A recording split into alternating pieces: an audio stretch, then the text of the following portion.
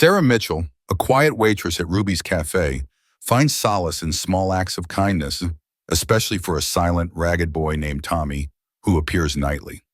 Despite a rude customer's scorn, Sarah persists, steadfastly supported by her boss, Mike Reynolds.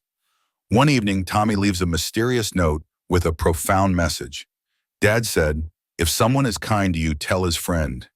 This simple gesture deeply stirs Sarah's conscience, making her question if her quiet acts are truly enough, and she vows to find a way to do more. The very next morning, an extraordinary sight rocks the small Texas town. 6 black SUVs pull up to the cafe, and a distinguished 4-star general steps out. Who is this powerful visitor, and what connection does he have to Sarah's quiet acts of compassion?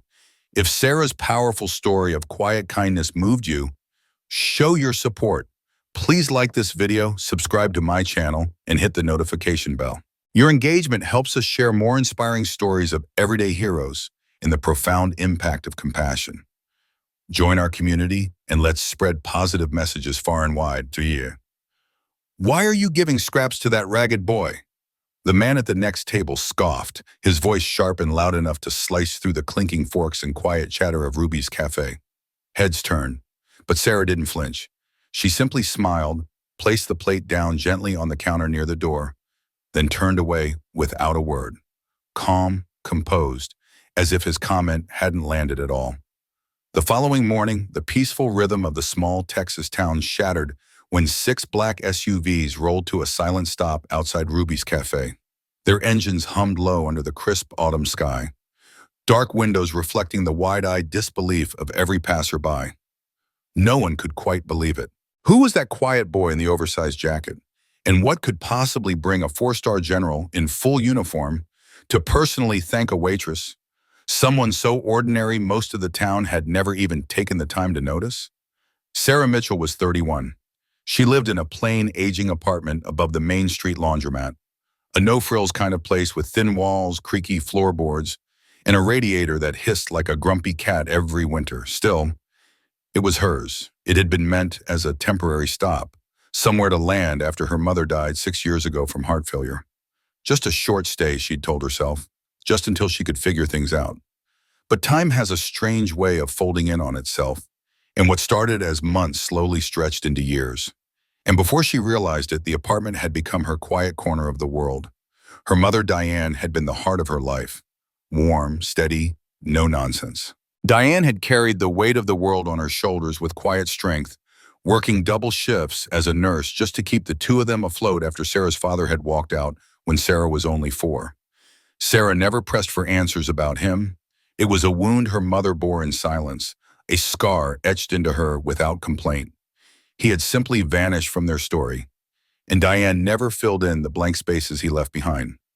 Diane taught Sarah to stand tall, work hard, and lead with kindness, even when life gave you every reason not to. When her health began to fail, Sarah was just 25. With little warning, she stepped into the role of caregiver, balancing long days tending to Diane's needs with grueling night shifts at Ruby's Café. Even as her body weakened, Diane never worried for herself. Her deepest concern was always Sarah's future. What would become of her daughter when she was gone? After Diane passed, the small apartment above the laundromat became more than just shelter. It became Sarah's retreat, her bunker against a world that often felt too loud, too fast, too cruel. But it also became a place of deep, aching solitude, the kind of silence that echoed louder than any noise. Max was the only living soul who kept her from drownings in it. He was a scruffy, old golden retriever with graying fur and a limp in his back leg, adopted from the shelter 3 years ago.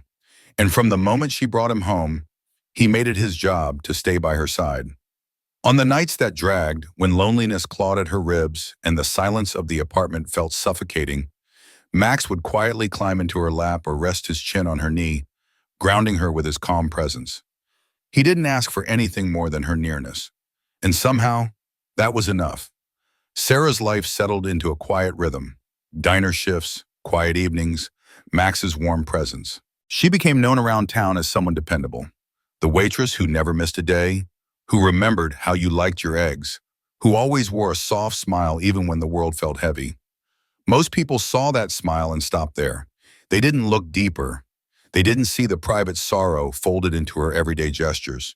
But in small American towns, especially among the older folks, there's an unspoken understanding about grief. Everyone carries their share. A lost parent, a buried spouse, a friendship that faded, or dreams that never even had a chance to sprout. Grief is woven into the fabric of life here. Quiet, ever-present, accepted.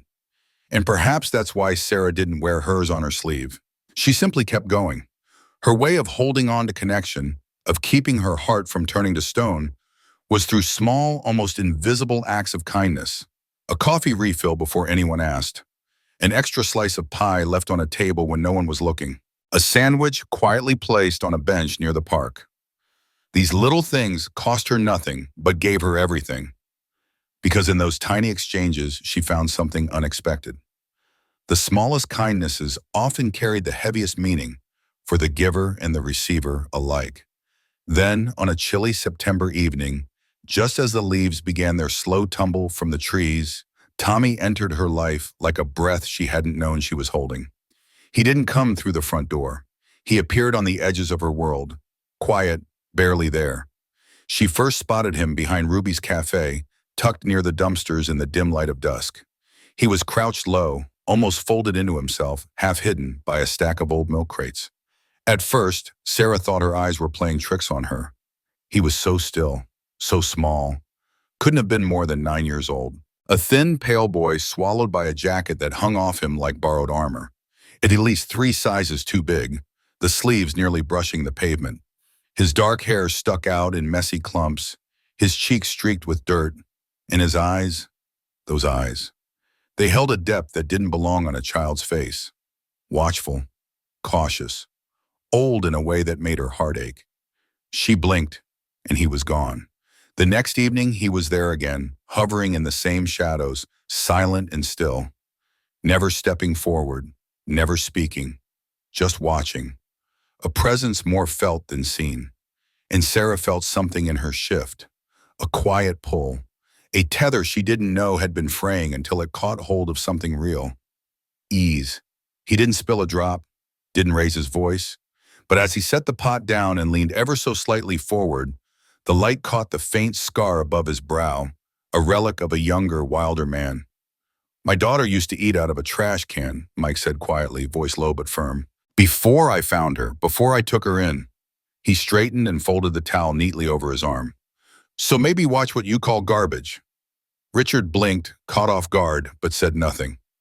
He looked down at his plate, suddenly more interested in his mashed potatoes than the people around him. The tension in the room didn't break all at once. It lifted slowly, like fog retreating under morning sun. Sarah continued working, her spine straight, her rhythm steady.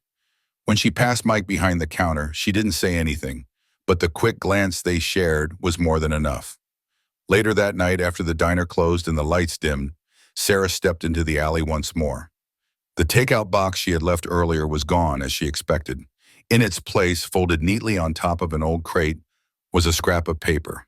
Not clean, just a torn corner from something larger, maybe a receipt or a napkin. On it, scribbled in clumsy, uneven pencil, were 3 simple words. "Thank you, Miss." Sarah stared at the note for a moment, something catching in her throat. She folded it gently and slipped it into the pocket of her apron. The alley was quiet again, the night air cool against her skin, but something in her chest felt a little warmer than before. Each night after that, she found small signs. A crumpled drawing of a cat, a marble, once even a shiny button arranged carefully atop the empty container.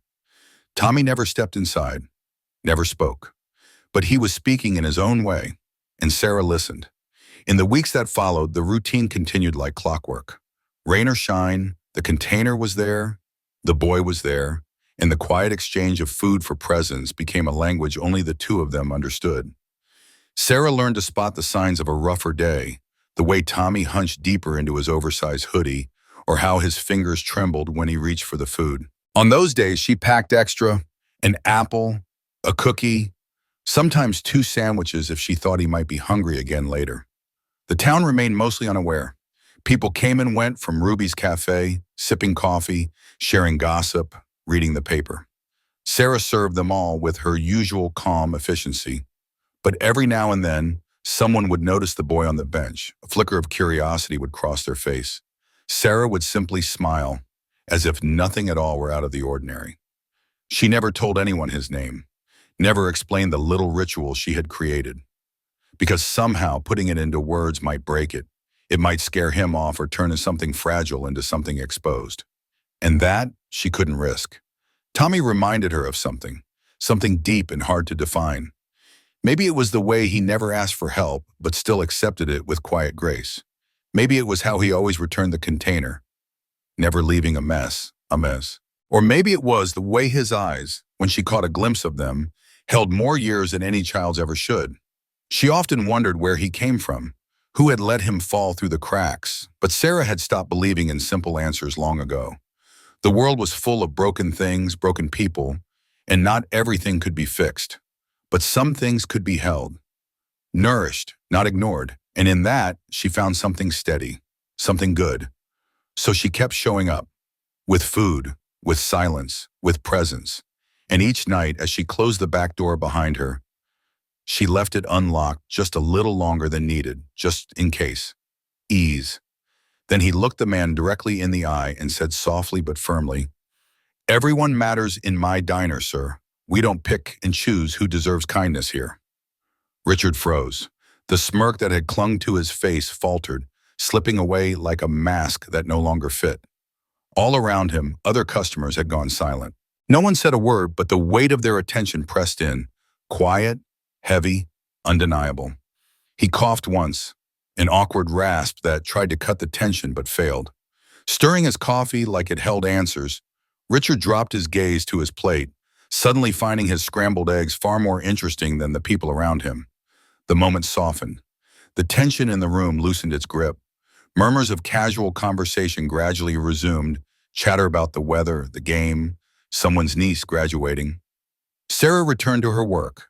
Her hands busied themselves with coffee pots and plates, but inside her heart felt lighter, freer, as though someone had cracked a window open after too long in a stale room. People often think of courage as something loud, raised voices, slamming fists, bold declarations in dramatic moments. But real courage is often quiet. It doesn't shout. It doesn't make a scene. It shows up as a whisper when cruelty tries to settle into the corners of everyday life. It's in the steady hands that pour another cup of coffee without flinching, the soft voice that says enough when others pretend not to notice. That night, Sarah was reminded of something she had always known but needed to feel again. You don't always need to fight fire with fire. Sometimes the strongest stand is the one taken in silence. When her shift ended and the last table had cleared, Sarah moved through the soft routine of closing up.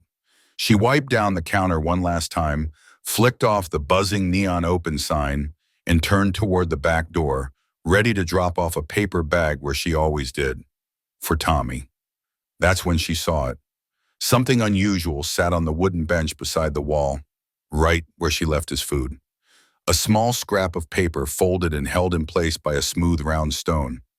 Her breath caught slightly. She reached for it with trembling fingers, unfolding the wrinkled note like it was something sacred. The pencil lines were jagged and uneven, each letter uncertain but purposeful. It read, "Dad said, if someone is kind to you, tell his friend." She didn't move. She just stood there, the note fluttering faintly in her hand, the stone still warm from the sun's last light.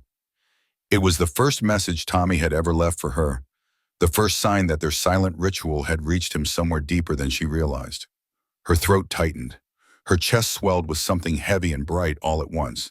The words were clumsy, almost childish, but they carried the kind of meaning that echoes louder than polished sentences ever could.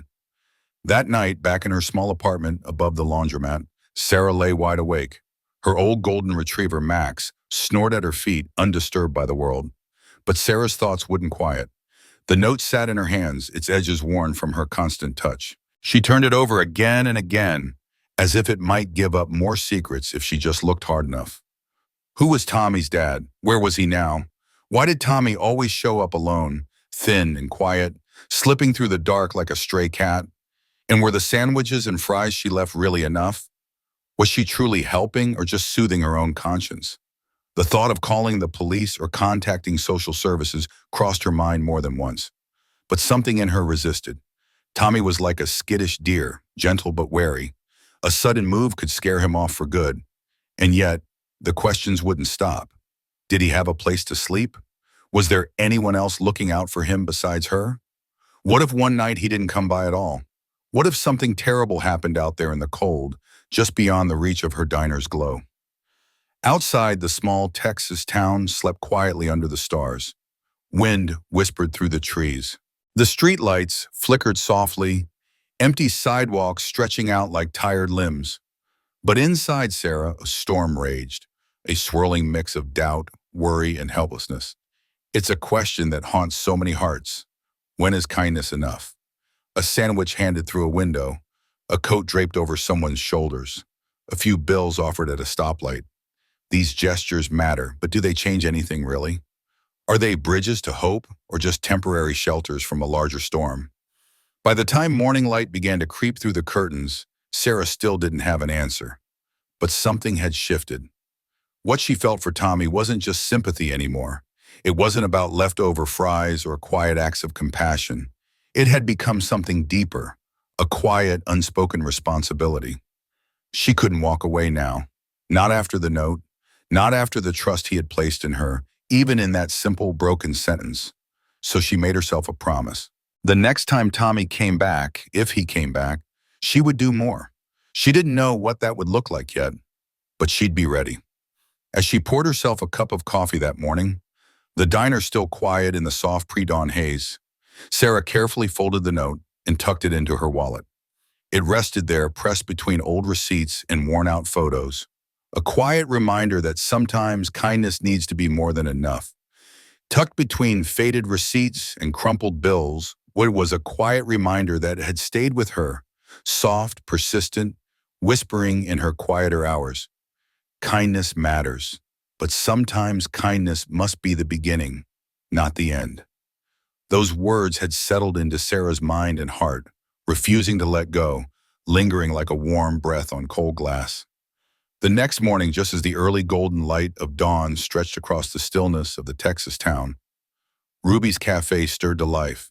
It was always like this, simple, rhythmic, familiar. Sarah had arrived before the sun had fully risen, still rattled from the night before. There was a weight in her chest she couldn't shake. She busied herself behind the counter, pouring coffee, exchanging quiet nods with the regulars, trying to channel her unease into motion. But then, just outside, a sound. Low at first, but growing steadily louder. Not the scattered noise of early traffic, not the usual morning delivery truck. No, this was different. A steady hum of engines, too synchronized, too deliberate. She looked up. Through the wide front window, she saw them. 6 black SUVs gliding up to the curb in formation. Their dark surfaces carried the dusty residue of rural roads, but their polished shine still glinted in the morning sun.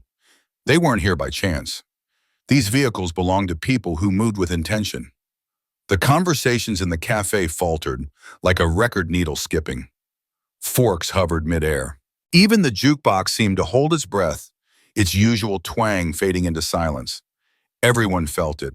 Something was about to happen. The front SUV's door opened. A tall man stepped out. His presence alone commanded the entire block. He wore a crisp military uniform, shoulders squared with certainty. 4 polished stars gleamed on each shoulder of his olive-drab jacket, catching the sun like badges of both honor and burden. His hair was silver, trimmed in the clean lines of a man long accustomed to precision. His face carried the weight of years lived with discipline, but also sorrow. He stepped through the front door. The tiny bell above gave a soft, almost shy chime, an ordinary sound that felt completely out of place. Sarah froze, her hand still wrapped around the warm handle of the coffee pot. She felt every set of eyes shift toward her, though none said a word. The man's gaze swept the room with a calm, quiet authority. When his eyes landed on her, they didn't move again. With slow, purposeful steps, he crossed the floor. Each footfall seemed to echo. "Are you Sarah Mitchell?" he asked. His voice was steady, calm, but it carried a gravity that had made her chest tighten. She swallowed, nodding. Yes, sir. He gave a single nod, respectful, but with the restraint of someone who had delivered difficult news many times before. I'm General Charles Montgomery, and he said, extending a hand. I'm Tommy's grandfather.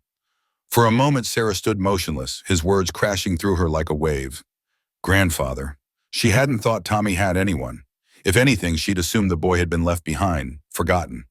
But now here stood a man whose presence filled the cafe not just with the weight of his rank, but with something deeper, more human, a sorrow that clung to him like an invisible second skin. My grandson, he said, his voice softening, lost his mother a month ago. Cancer. He paused. His father, my son, was killed in Afghanistan 2 years ago. Sarah's breath caught. The general's eyes flickered away for a moment, and in that flicker was something raw and unguarded. We've tried to help him, tried to guide him through the grief, but his words trailed off, not for lack of vocabulary, but because some truths couldn't be fully spoken. Sometimes children withdraw into places we can't reach. And just like that, the pieces snapped into place. The coat too big for his frame, the quiet way he held himself, like he was always waiting for the world to hurt him again. The silence, the sadness, the hunger, not just for food, but for safety. He trusted you, the general said. His voice wasn't loud, but it trembled at the edges. You were the first person he let in. The room was still. The clinking of cutlery and the hum of idle chatter were gone. In their place was a reverent silence. Even those who had known Sarah for years, the retired truckers, the nurses, the middle-aged mechanic who came in every day at 7 sharp, watched with quiet awe.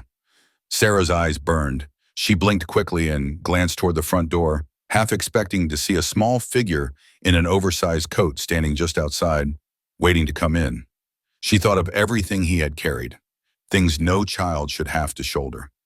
The invisible wounds that families like Tommy's bear, the ones no metal can heal, no funeral salutes can ease, the wounds left behind in empty chairs at dinner, in birthdays missed, in bedtime stories untold, the ones that fester in silence, in the hearts of children who age too fast under burdens they never chose. And yet she had reached him, somehow, with nothing more than food and warmth, a plate of hot eggs, a refill of cocoa, a quiet smile, not grand gestures, just presence, just kindness. He wasn't invisible anymore. The general slowly reached into the inner pocket of his jacket and pulled out something small and crumpled. It was a child's drawing done in pencil and marker, slightly wrinkled from being carried around. On it, a small boy stood beside a woman, his oversized coat trailing past his knees. She was handing him something, food, comfort, a lifeline. At the bottom, scrawled in shaky handwriting, were the words, "Dad's friend who helps me." Sarah's throat tightened, her vision blurred. She reached out instinctively to steady herself against the counter. The general placed a hand beside hers, broad, strong, but gentle now. A soldier's hand, but also a grandfather's. "Thank you," he said. And in that moment, it was more than gratitude. It was acknowledgement. It was understanding. It was the beginning of something else. He spoke with quiet sincerity, his voice thick with restrained emotion. "You gave my grandson something none of us could. You gave him back his sense of safety." Sarah stood there, the familiar hum of Ruby's Café gently returning around her, but she felt in her bones that something had shifted. The diner might look the same, with its checkered floor and soft clatter of coffee cups, but the air held a new weight, something tender, irrevocably changed. At the counter stood General Charles Montgomery, his tall frame composed and solemn, his polished boots planted firmly on the linoleum floor. In his hands he held a child's drawing, folded with care. It was Tommy's. Slowly, with the reverence of someone unwrapping something sacred, he opened it. The moment stretched. The entire room seemed to hold its breath. It was simple, a crayon drawing scrawled on lined notebook paper. A woman with a gentle face was handing a sandwich to a small boy wrapped in an oversized jacket. Beneath the figures in crooked, uncertain letters were the words, "Dad's friend who helps me." Sarah stared at the image, her chest tightening until she could hardly breathe. She had never imagined that her quiet gestures, meant to be unnoticed, had settled so deeply in Tommy's heart. The general's voice grew softer, more intimate. Tommy gave this to me 3 days ago, he said, his eyes briefly scanning the silent faces in the cafe. For weeks we tried to reach him. The counselors couldn't break through. Even his own family couldn't get close. He shut down. He pulled away. The general looked back at Sarah, his voice tinged with something unspoken. And then there was you. You became his anchor. Sarah swallowed hard, the lump in her throat rising so quickly it almost choked her. She barely registered the quiet footsteps as one of the general's aides stepped forward, carrying a sleek dark leather case. With deliberate care, General Montgomery opened it, revealing a glinting medallion resting on a deep blue ribbon, the Civilian Service Medal. This, the general said, is not often given to civilians. His gaze was unwavering, filled with the weight of something deeper than protocol. But in our eyes, you did more than show kindness. You went far beyond what anyone could have expected. You saw a child in pain and gave, without hesitation, without judgment. You reminded a grieving boy that compassion still lives in this world. Sarah's hands trembled as he gently placed the medal into her open palm. She stared at it, the medal gleaming under the cafe's soft lights, heavier than she'd imagined. The cafe had fallen into utter stillness. Behind the counter, Mike Reynolds, the grizzled owner with arms like tree trunks, stood quietly, arms crossed over his chest. His usual scowl had softened, his face betraying something close to pride. Linda, his wife, was nearby, dabbing at her eyes with a napkin, trying not to sniffle too loudly. Even the regulars, the farmers, the long-haul drivers, the retired couples who filled the booths each morning, watched with reverent silence as if they too sensed they were witnessing something rare.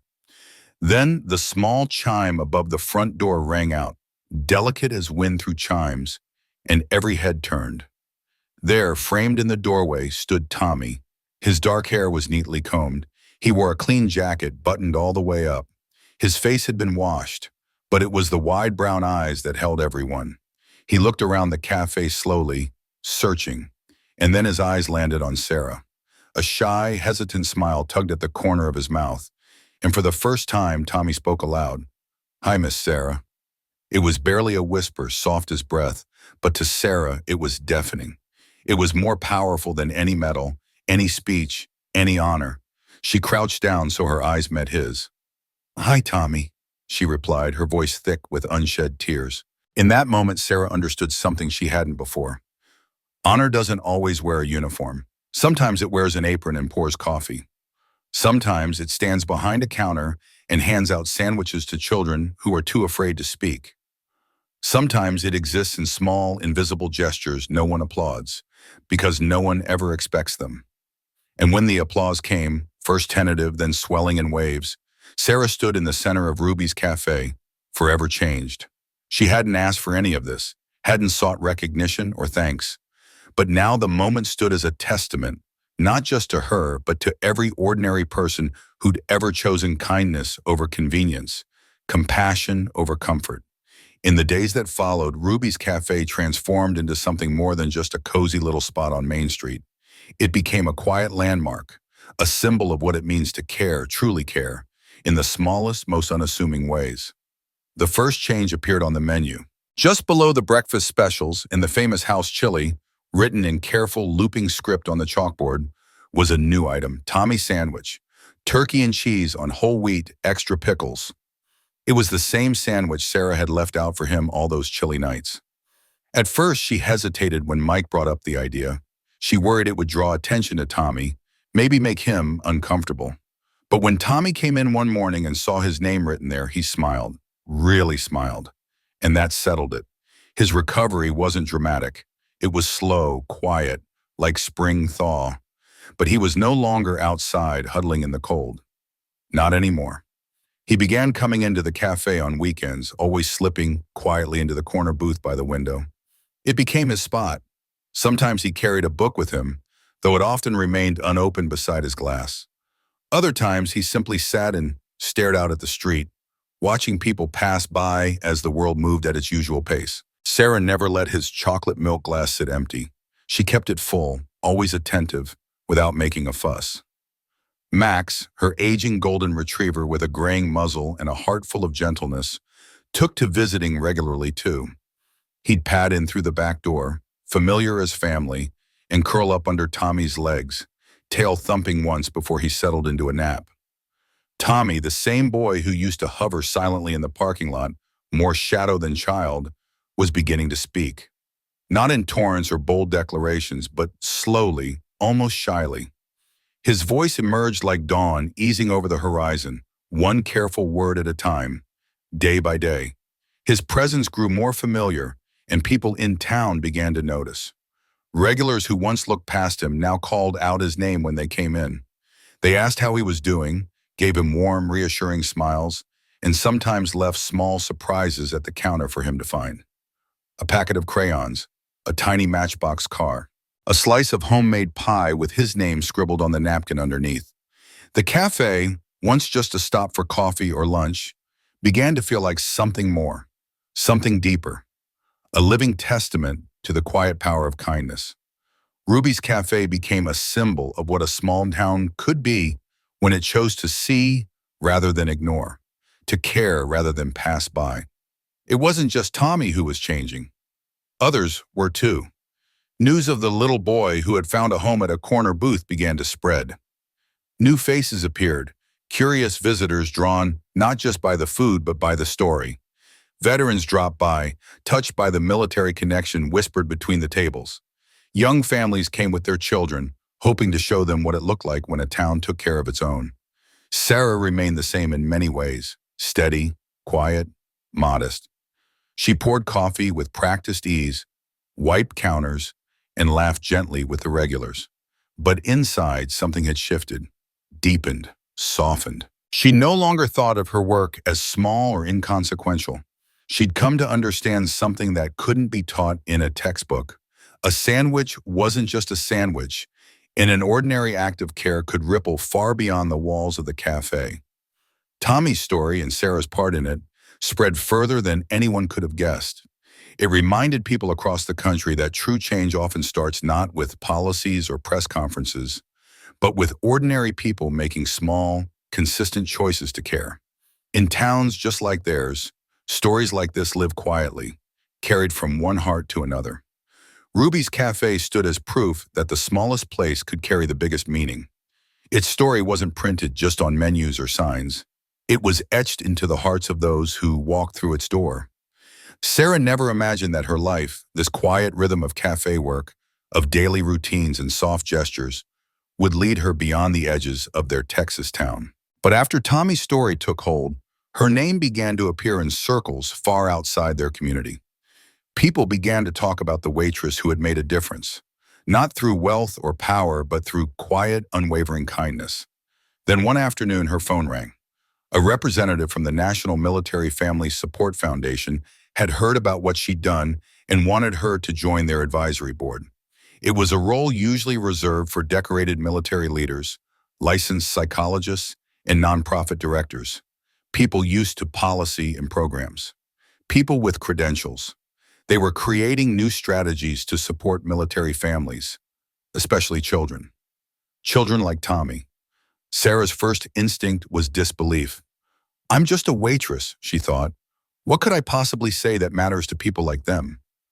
But the foundation was persistent. They told her plainly they didn't want only experts, they wanted voices from the ground. Real people who knew what compassion looked like when it wasn't written into a budget. Still unsure, she agreed to attend one meeting. She stepped into a large, formal conference room, instantly feeling out of place.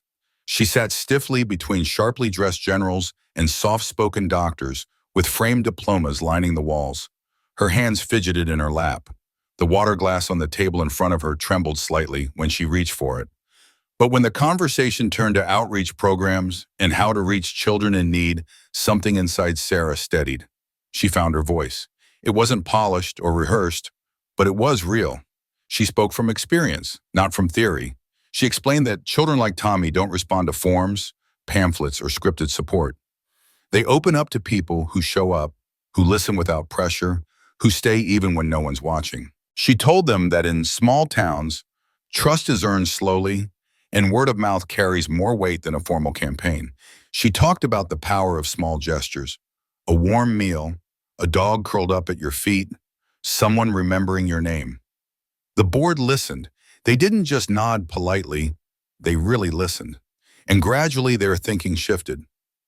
Some of their outreach strategies were redesigned to include local cafe owners, teachers, school custodians, volunteers, people like Sarah, the ones who actually showed up in a child's day-to-day life. Sarah even helped create a pilot training program designed to teach community members how to spot the quiet signs of distress and respond with compassion, not protocol. She had never imagined her voice would matter in a room like that, but it did, and the world, or at least this small part of it, began to change again. Back in her hometown, Sarah continued her life with the same steady rhythm that had always defined her. She still worked her regular shifts at Ruby's Café, greeting customers with that familiar warm smile, and she still brought Max, her loyal golden retriever, to visit Tommy every weekend. On the surface, little had changed, but within her, something had shifted, quietly, deeply, and permanently. She no longer viewed herself as just a waitress. That simple title no longer felt like the whole story. She had come to understand something profound. That meaningful change doesn't have to come from politicians, scholars, or people in power. Ordinary people, people like her, could spark real, lasting transformation. Her small actions had grown into something bigger than she'd ever imagined. What started as a sandwich on a bench had become a quiet movement, a symbol of how compassion within a community could ripple outward. Her work and her presence became a beacon, not because she sought recognition, but because people recognized themselves in her. In a society that often draws hard lines between experts and everyday folks, Sarah blurred the line. She reminded everyone that the best solutions often come from people who listen more than they speak, who see what others overlook, and who act not out of duty, but out of genuine care. Sarah's story was never about heroism in the traditional sense. It was about noticing the unnoticed, a boy sitting alone, a moment of hesitation, a subtle cry for help. She had responded not with grand gestures, but with quiet consistency, and that made all the difference. Her choice to leave a sandwich for Tommy wasn't just about hunger. It was about something much deeper, showing a boy that someone saw him, that someone cared, and that he wasn't invisible. In doing so, she helped rebuild something fragile inside him, his belief in people, in community, and in the possibility of kindness. In a country like America, where the pace is fast and the emphasis so often falls on the individual, it's easy to miss the little things. We rush, we scroll, we chase deadlines, and in the process, we forget the immense power of small kindnesses. Sarah's quiet example is a wake-up call. It urges us to slow down, to notice and to act, not later, not someday, but now in whatever ways we can. Her story holds particular resonance for those who have lived through decades of change. Our older viewers who've seen neighborhoods evolve, values shift, and faces come and go. For them, Sarah's journey might spark reflection. Who were the people who once showed them quiet kindness?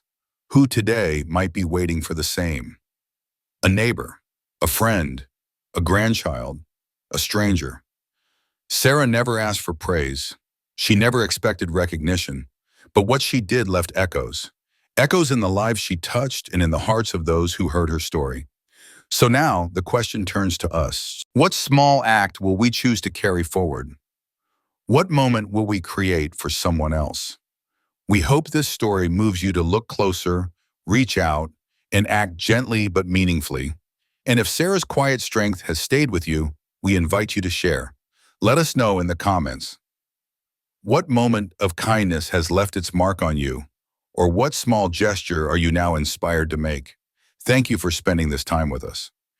If this story touched your heart, please like the video, subscribe to our channel, and share it with someone who could use a reminder of the power of kindness. Let's keep these conversations alive, because no matter how small, compassion is something the world can never have too much of.